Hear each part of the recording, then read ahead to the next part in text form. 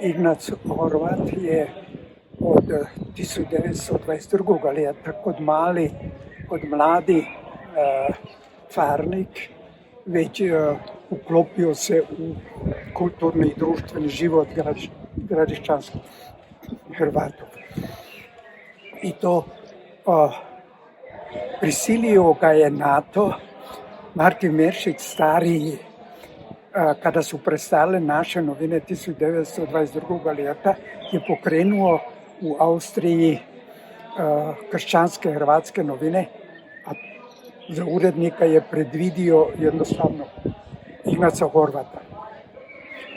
A Ignac Horvat od sebe razumio to nije kanio, bio je premlad zato da preuzme uređivanje, a on mu je jednostavno rekao ti moraš to i tako dalje. Prije nego što bi pogovorio bio, ga je zio sobom u vijeće i počeo uređivati novine, ali te novine su postojale samo 4 broji, onda su skrahirale, a potom je onda pak preuzeo organiziranje i pokrenuće novin Feržin, dakle Mate Feržin i Rudolf Claudus.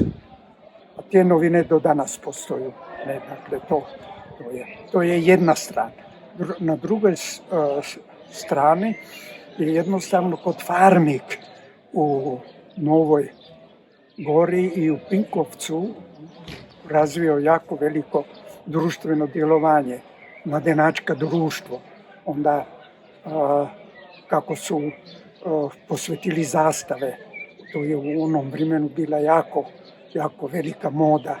Onda kako su kulturne večeri priređivali na večer prik zime, predavanja i tako dalje. Dakle, to su sve zasluge Ignaca Horvata, a od 32. ljeta je nastao onda predsjednik Hrvatskog kulturnog društva sve do 38. ljeta, a to te pokrene zapravo cijeli kulturni program izdavanja, predavanja, onda svećevanje. Najveći uspjeh mu je bilo ono kada su svećovali 400 let doseljenja gradišćanskih Hrvatov, najprije u Cejku. Dakle, kako se to onda u prvom redu u crkveni krug i načinjalo, a na drugoj strani u Hofburgu u Beču su mladim studenti Kola, kamo je imao jako dobre veze, jer je bio jedno vrijeme predvojen i predsjednik toga mladenačkog Kola. Ne? A onda su ga 38. ljeta mlade gradišćansko-hrvatske nacionalsocijalisti zrušili. I vratio se opet kod predsjednik, potvrdili su ga 51. ljeta, 1900, ali on je od 46. djelovao kod predsjednik Hrvatskog kulturnog društva, jer drugoga nije bilo ovdje. Ne? Dakle, od 43. ljeta do 45. ne postoji društvo, a nije se ni raspustilo, nije ni niko ni rekao da ne postoji, a on je veje u ponudi Jugoslavije, interesantno, izdao kalendar 46. ljeta. Ne? A od toga vremena onda uređiva kod kalendarac jako dugo, dok Feri Sučić nije preuzeo kalendar zapravo društva. Ne? Velika njegova zasluga je uz organiziranje književnog života, literarnog života. Isto da je uspostavio veze sa Hrvatskom. I to do 1930. je dostao poziv na kongres, na euharistički kongres u Zagrebu. A to te je onda upoznao i svećenike, dušobrižnike i mladinu, a onda su ga povezali u društve Svetoga Jeronima i isto tako je došao u jako dobru vezu sa doktorom Matom Ujevićem. Ne? A oni su uspostavili u Zagrebu 32. ljeta Društvo prijatelja gradišćanskih Hrvata, ne? I širili ideju gradišćanskih Hrvatov po cijeloj Hrvatskoj. i u Srbiji isto tako, dakle po Jugoslaviji možemo reći. I zato je društvo jedno ljeto kasnije zabranjeno, jer je nosilo ime Hrvatsko, društvo prijatelja gradišćanskih Hrvata. A u Jugoslaviji se u onom vremenu nije smjelo upotrebljavati riječ Hrvati, Hrvata. I zato su zabranili jednostavno to društvo. Ne?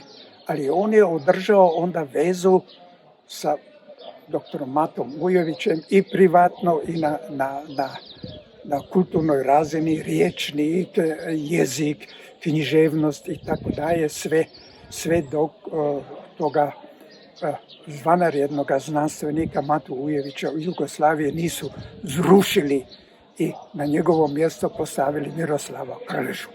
Ne, a to je onda bilo, onda je prestala i veza od sebe razumljivo i sa Ignacom Horvatom. On se publikao onda na to. On se uvrijedio već 46. ljeta kod prvoga kalendara kojega su izdali u Zagrebu, kada su mu podvalili komunističke sadržaje. A on to nije znao. On je kad je dostao kalendar u ruke, onda književno nije u zadnje vrijeme bio jako aktivan. Meni je jednom prilikom kad smo razgovarali, to nisam kanio ovdje reći, je rekao, a vraži je televizor. Onda ga pitam, pa što znači to vraži televizor? Ja svaki dan gledam zapravo nekakav film ili cijeli dan ta televizor i ne moram već pisati. Tako je onda. Zato njegovo zadnje dijelo Hiža rasipana po svitu nije dostala dobru kritiku od Franz Propsta, recimo. To samo skica jednog velikog romana. Izgleda tako da bi to mogao bio nastati veliki roman gradišćanskih Hrvatov po drugom svjetskom ili po prvom svjetskom boju. Hiža rasipana po svitu znači kako su se gradišćanski Hrvati rašicali Kanadu, USA, Beč, Grac i tako dalje. I on je načinio jednu skicu, ali već nije mogao izdjelati to. Ipak su mu zasluge jako velike. Moramo pogledati samo njegov iz naše Stare Gore. Onda je to fantastičan opis povijesti i kulture gradišćanskih Hrvata.